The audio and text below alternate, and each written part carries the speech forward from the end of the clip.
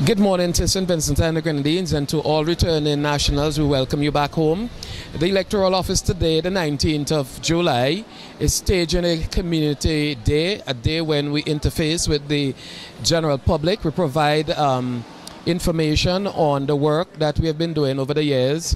Today, if you were to come to the office, you can get your ID card updated. This year, 2019, we are renewing approximately over 12,000 cards that were issued in 2009. They are going to expire this year, and we have commenced that process of renewing or re-registration since April, and today we've come to the public, making it affordable, accessible, so that they can walk off the street once they bring their documentation, which will include an original copy of their birth certificate and a photocopy, and if they're married, their marriage certificate. If they're a citizen, their citizenship certificate, and their card that is expiring, and they can update that right here at the office today. Registration is normally done in the constituencies. There are 15 constituencies across the island, and each week we are there doing registration. But today is a very special day. So if you are in Kingston and if you need to update your card, today is a good day. You can get it done right here.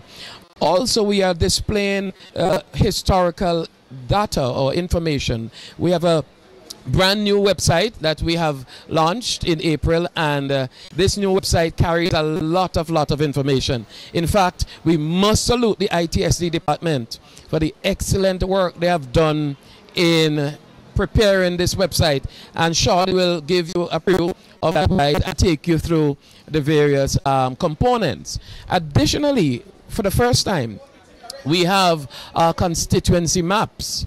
15 constituencies are now GPS and GIS ready, and you can literally search on Google and find them and know exactly where you're located. It's quite an interesting development that is happening, and today is a good day to come by the office, get some paraphernalias, and update your registration if you have not done that. So throughout the day we will be bringing you updates, but essentially that's what is happening here outside of the office right here in Kingston.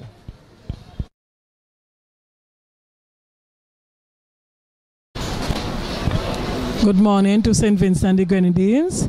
We are the members of the Electoral Office. Both office and field staff are here today. Today we call it Community Day. This is when we come and bring the office to the community. We are registering all persons who come to us once the cards expire in 2019. We also have a small display. We show all the past supervisors of elections and equipment that we use over the years. So this is what we're doing, and we hope that it is going to be a success, that people are going to use this opportunity to get their cards updated and to stay current. We have been appealing to the general public to come to the office or go to your constituency wherever once you have the need, once your card is expiring, and to come out and to make sure that you update your card, because we don't want at the end of the day you come rushing for an emergency card, because the time still stands. We give you a card 2 weeks once you register, so we invite you to come along and to make use. In addition to all of that, you're going to be able to see or view our website and to see what information we have on the website, and information also of how you will be able to go through and get the information. We have information on the various constituencies. You can see the number of persons registered in the constituencies and other information, so just come down because it will be useful for you. We especially also invite the young persons, although we would not be able to register them at the office here, we invite them to go to their various constituencies and get registered.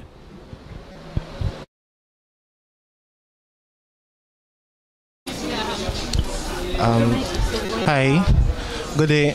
My name is Dorian Lane, and today the Electoral Office is having the Community Day, and we focus on re-registration ID cards that expire 2019.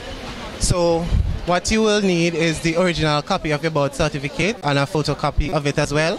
Be prepared to take a new photo and get your ID card 2 weeks from now. So behind me we have archives of previous supervisors of election, right up to the current supervisor, who is Miss Dora James, and she also is taking part in the re-registration process today.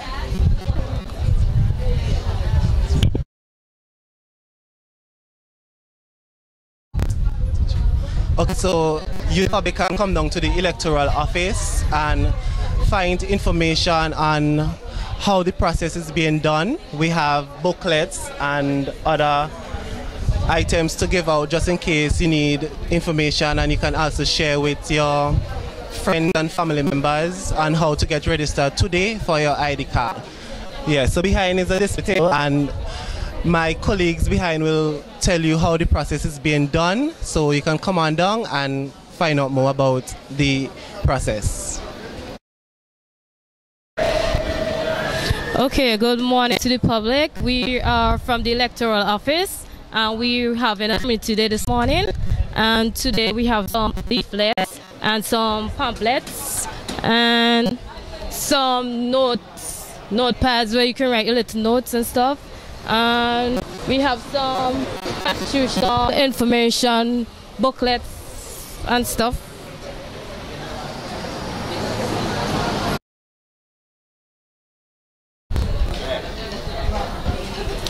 Also, we have some old-time stuff we used to use long ago, like the laminator, the Polaroid cameras, and the guide cutters to cut out the ID cards. Ready? So also today we're doing registration of persons whose ID cards are expired 2019. So you gotta walk along with your old ID card, your board paper, also along with a photocopy of your board paper. And we're here until 9 to 3 p.m. So you gotta try and make it in time. Thank you. Okay. Also, we have some photos with the past supervisors of election from 1957 to 2010. Good. Okay, good morning. I'm here from representing physical planning unit and GIS and with perspective at the Electoral Office Community Day. My purpose of being here is to put the map of St. Vincent on display, overlaid by the constituency boundaries, to show persons where which constituency their house fall in, so when they come out on election day to vote, they would have a clear idea. So this map that we have here on display, it's an interactive map that one can and zoom, move around, so you can see exactly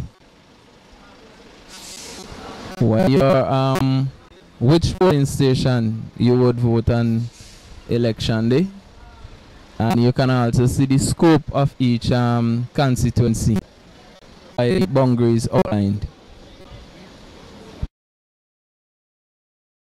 Feature that will be displayed on our website will be the constituency boundaries map.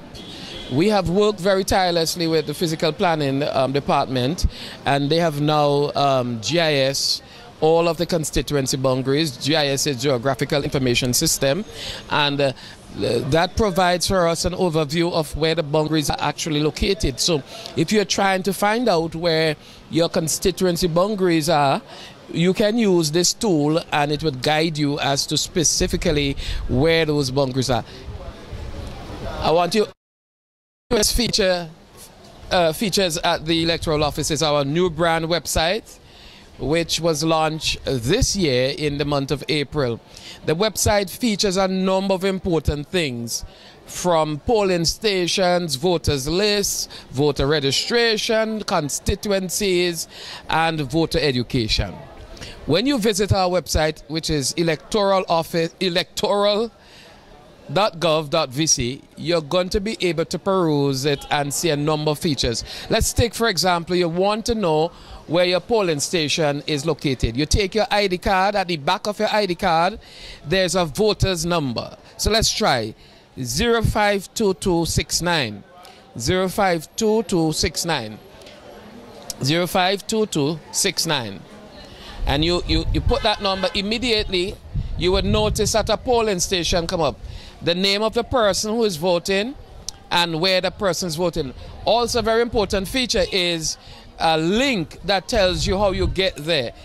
If you click on this link, you can see that we can put in the direction, and you can get there. Tell you how much minutes it would take you to get there. So we are at now the electoral office. So we will type in electoral office there.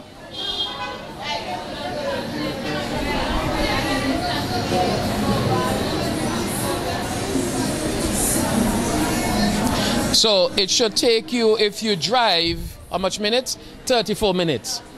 So if you're traveling from Kingston to Barley to vote in the next upcoming election, you would need to allocate at least, all being well, 34 minutes from Kingston to get there.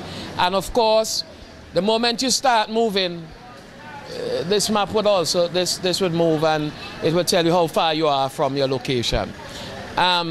So that's one of the features. Now also your voters list.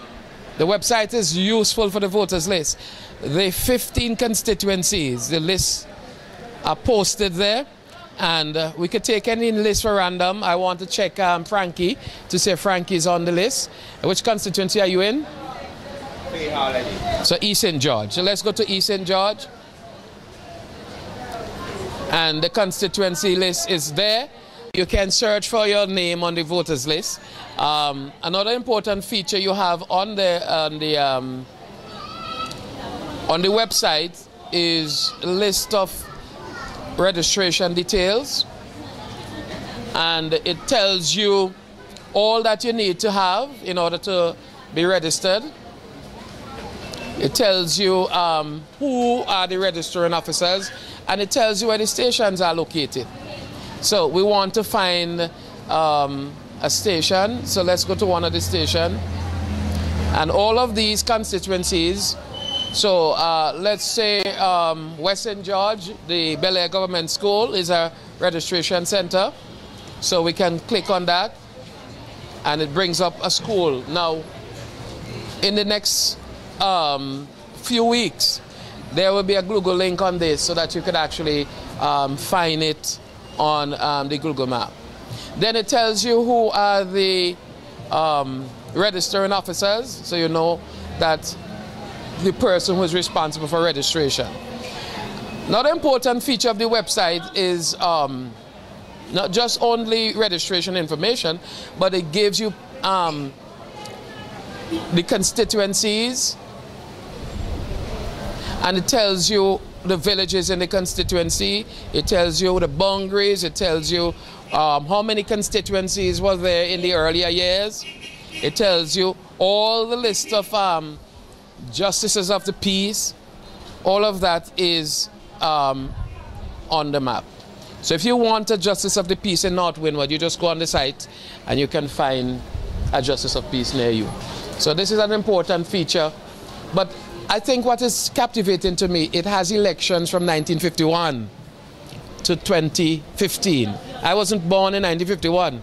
So let's go to the elections results from that year.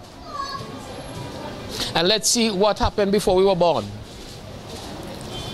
All right, so the elections of 1951 is on our site, and the person who won that election, and so 1951, just go across up there, right? So let's see who were the persons contesting in the 1951 election. All right, so if you scroll down, you see George Charles and you see the 8th Army of Liberation. We weren't born yet. You see Workers' Association, and the election was won by who? Let's see who won the election. The election was won by the 8th Army. The 8th Army won the elections in 1951. And it tells us who the person contesting in 1951 as well. If you scroll down a little more, you would see. Okay, and it tells us what was the voter turnout, what was the distribution of the vote. So the total votes that were cast in 1951 is just 17,812. You could see then it was really a small voting population. Not many persons at that time. But the 8th Army of Liberation, they won the elections. And you notice the Workers' Association, and then there was an independent candidate. In those days, independent candidates survive. Not in this time so easily. But it also tells you, if you go on the site, it will tell you a number of other important things. It would give you manifestos of the political parties as they are also there. Let's take when you were born, 1956. So the elections of 1957. So you would have been a baby still, 1957. Let's see, so at that time you had, let's see who were the people contesting in 1957. It had the Labour Party, you had the People's Political Party, the People's Liberation Movement, and you had an independent candidate. Of course, we know who won the elections in that period, the People's Political Party. And we know who the leader was. All right? So, and it tells you who were the candidates. Ebenezer Joshua was the leader of the People's Political Party. So this provides a lot of information, historical information that people can actually use for research. And it tells you political trends.